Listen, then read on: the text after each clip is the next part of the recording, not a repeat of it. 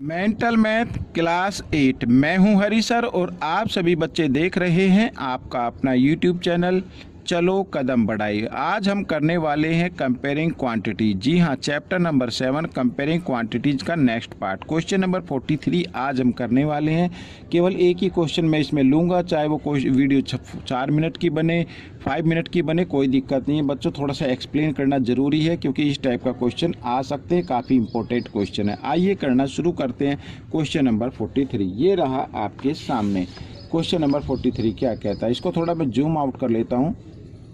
ठीक है, देखिए अब क्वेश्चन कहता है बच्चों, यहाँ पर मैं अगर आपकी बात करूँ तो क्वेश्चन कहता है, देखिए इफ़ ए सर्टेन, ठीक है क्या कहता है, if a certain some of money become 3 times itself in 8 year, यानी कोई मनी है वो 3 टाइम्स हो जाती है, ठीक है 8 ईयर के अंदर।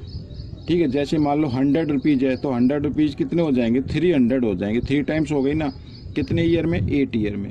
कंपाउंड एनुअली, और जो इंटरेस्ट लगता है वो कंपाउंडेड लगता है, ठीक है। Then how much time will it be 243 times of itself. तो हमें बताना है कि वो जो अमाउंट है वो 243 टाइम्स कितने ईयर में होगा, ये हमें फाइंड आउट करना है। तो बिल्कुल इजी क्वेश्चन है बच्चों, ठीक है। तो यहाँ पर लेट कर लेता हूँ, लेट प्रिंसिपल इक्वल पी मान लेते हैं, लेट प्रिंसिपल को पी मान लेते हैं और रेट को हम आर मान लेते हैं, और टाइम इसमें गिवन है, ठीक है। टाइम तो गिवन है 8 ईयर का, और सेकंड में हमें फाइंड आउट करना। तो पहले फर्स्ट इक्वेशन बना लेते हैं, ठीक है। तो बच्चों हमें, क्योंकि इंटरेस्ट जो है वो कंपाउंडेड हो रहा है, ठीक है, कंपाउंड इंटरेस्ट, तो हमें सबसे पहले क्या निकालना पड़ेगा, अमाउंट। अमाउंट निकालने का फॉर्मूला होता है ए इक्वल पी, ठीक है ना, और 1 प्लस आर बाई 100, और इधर आता है टाइम। तो इस फॉर्मूले से हमें इसको करना पड़ेगा, ठीक है। ये फॉर्मूला तो आपको आता होगा, नहीं आता तो इसको सीख लीजिए। देखो अमाउंट का मतलब इसमें लिखा 3 टाइम्स हो गया। मान लीजिए हमारा प्रिंसिपल क्या है, पी, तो अमाउंट कितना हो जाता है, 3p हो जाता है। इस तरीके से लिख सकते हैं। तो अमाउंट क्या है, 3p, और प्रिंसिपल क्या है, प्रिंसिपल तो हमने p लिया है, और 1 प्लस आर बाई 100, और यहाँ पर टाइम कितना 8 है, ठीक है, इस तरीके से। तो P दोनों तरफ इक्वल का साइन है तो P से P कैंसिल हो गया, ठीक है। तो 3 इक्वल 1 प्लस आर बाई 100 और की पावर 8। तो ये इक्वेशन फर्स्ट आ गई, ठीक है, एक तो ये आ गई। आगे क्या कहता है देखो, then how much time will it be 240 times, ठीक है। तो कितने ईयर में हो जाएगा, तो इसमें तो टाइम भी नहीं दिया हुआ, टाइम फाइंड आउट करना है। तो फिर वही करना है in second case, in second case, ठीक है। सेकंड केस के अंदर तो कितना टाइम्स हो जाएगा, 243 टाइम्स। अगर हमारा प्रिंसिपल P है तो अमाउंट कितना हो जाएगा, 243p हो जाएगा, और फॉर्मूला वही 1 प्लस आर बाई, ठीक है 100, और इधर क्या ये t है, टाइम तो नहीं गिवन है। अब बच्चों P से फिर P कैंसिल हो गया। अब इधर 243 है, तो इसको अगर हम इसके फैक्टर करके लिखे, इसको पावर में लिखे, तो आप इस तरीके से यहाँ पर कर सकते हैं। मैं इधर कर लेता हूँ थोड़ा सा, 243, ठीक है, ऐसे। तो 3 से करो, 3 8 जा 24, 3 1 जा 3, ठीक है। 3 से फिर 3 2 जा 6, 3 7 जा 21, फिर 3 से 3 9 जा 27 होता है, 3 3 जा 9, और 3 1 जा 3। तो 1 2 3 4 5, तो 3 की पावर कितनी आ गई, 5 आ गई।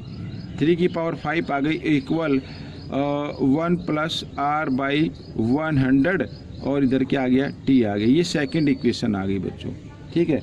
अब क्या करना है बच्चों, देखो यहाँ पर हमें करना है, एक चीज़ याद रखनी है। अब इस फर्स्ट इक्वेशन को, यानी 3 की वैल्यू को हम इस 3 की वैल्यू में पुट करेंगे, ठीक है ना, इस सेकंड इक्वेशन में पुट करेंगे। आइए करना शुरू करते हैं।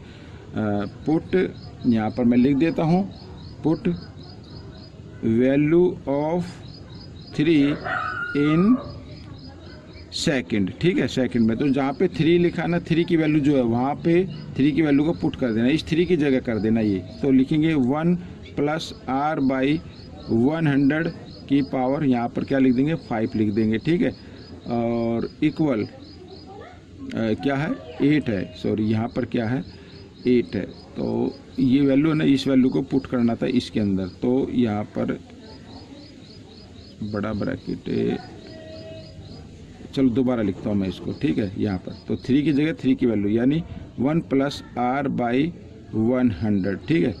और ये है 8 है इधर, और ये वाली पावर ये जो है ना ये मैं इधर डाल देता हूँ, और इक्वल, ठीक है, ये और इक्वल ये वाला 1 + r/100, और यहाँ पर क्या आ गया, t आ गया, ठीक है।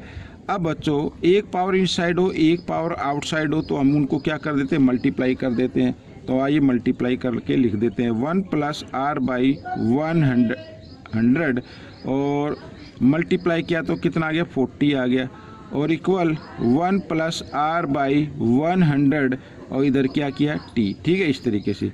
अब बच्चों देखो बेस इक्वल आ गई, बेस इक्वल आ गई ना, तो इसका मतलब क्या होगा, पावर भी क्या होगी, इक्वल होगी। तो पावर को हम यहाँ पर इक्वल कर देते हैं, ठीक है। तो t इक्वल आ जाएगा 40, तो 40 ईयर, ये आपका आंसर आ गया बच्चों। तो ये क्वेश्चन आपका सोल्व हो गया, ठीक है।